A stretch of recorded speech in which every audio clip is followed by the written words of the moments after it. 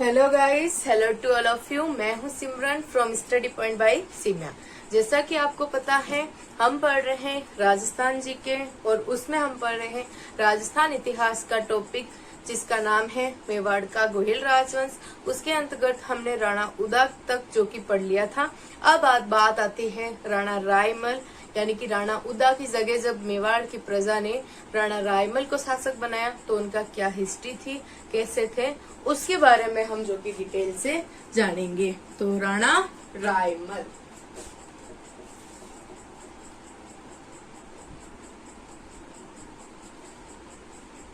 राणा रायमल का शासनकाल 1473 से 1509 ईस्वी तक माना जाता है।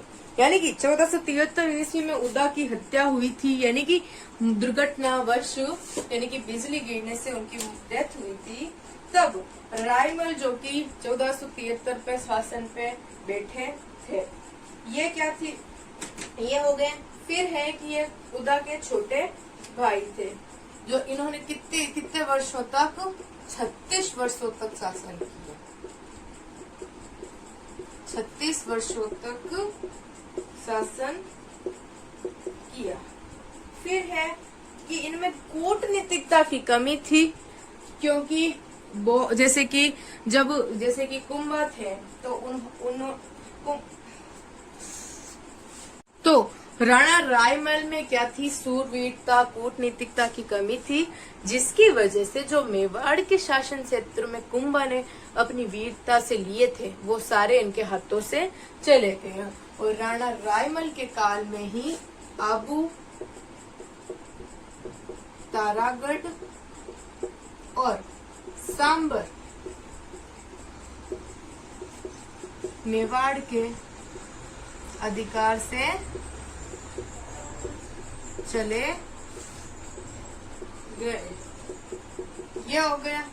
फिर बात है कि इससे ये पता चलता है कि ये अयोग्य शासक थे।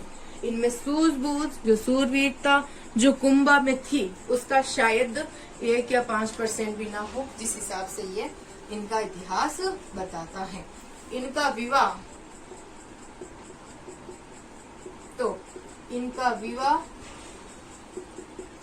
जोधा की पुत्री, जोधा कौन, मारवाड़ के शासक राव जोधा की पुत्री श्रृंगार देवी से। इनका विवाह मारवाड़ के राजा राव जोधा की पुत्री श्रृंगार देवी से इनका जो कि विवाह हुआ था। फिर है इनकी 11 रानियां, 13 पुत्र तथा 2 पुत्रियां थी। तो ये है राणा रायमल की हिस्ट्री, उनका शासनकाल। तो 1473 से 1509 ईस्वी शासनकाल, 13 वर्षों तक शासन किया। और ये अयोग्य होने के कारण इनके हाथों से आबू, तारागढ़, सांबर चले गए और अयोग्यता के कारण बहुत सारे क्षेत्रों ने मेवाड़ पे अधिकार कर लिया। इनका विवाह मारवाड़ के राजा जोधा की पुत्री श्रृंगार देवी से हुआ। इनकी कुल 11 रानियां, 13 पुत्र और 2 पुत्रियां थी। तो गाइस, राणा रायमल का जो हिस्ट्री है और उदाकरण की जो हिस्ट्री है बहुत कम है, लेकिन बस उदाकरण की हिस्ट्री इसलिए मेन मानी जाती है क्योंकि उनका जो मतलब जघन्य अपराध समझ लो जिसे, क्योंकि उनके द्वारा किया गया जो कुक्रम, अपने ही पिता की हत्या करना, वो बहुत मोस्ट है, वो याद रखना बहुत जरूरी है, क्योंकि ऐसे क्वेश्चन बनते हैं जो सबसे अलग और हटकर हो।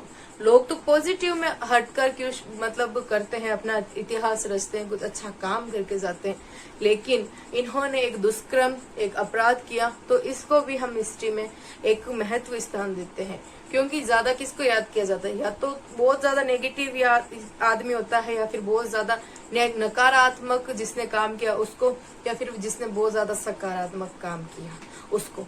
जैसे अपने महाराणा प्रताप को भी याद किया जाता है एक पॉजिटिव सिंबल के रूप में, लेकिन अकबर और जो भी जिन्होंने भारत की अहित के लिए कार्य किया, यहाँ पर आकर अधिकार बसाना, यहाँ की जो स्त्रियां उनको छेड़छाड़ करना, लूटना करना, देश को एक जर्जर दृष्टि में लाना, उनको हमेशा नकारात्मक की दृष्टि से देखा जाता है। जैसे कि राजस्थान के लोक देवता रामदेव जी, उनको याद किया जाता है पॉजिटिव सिंबल के लिए, क्योंकि उनके कार्य पॉजिटिव थे।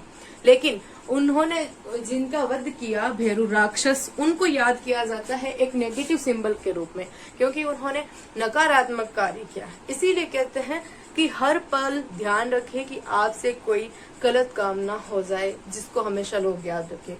दुनिया से जाए तो बस एक ऐसा पॉजिटिव काम करके जाए, ताकि आने वाले जो भी स्टूडेंट्स हो, चाहे कुछ भी हो, आपके फैमिली मेंबर हो चाहे आपके स्टूडेंट्स हो, सब आपको एक आदर्श माने, एक आइडियल माने। बट आइडियल कैसा माने? एक positive ideal and positive symbol के रूप में माने।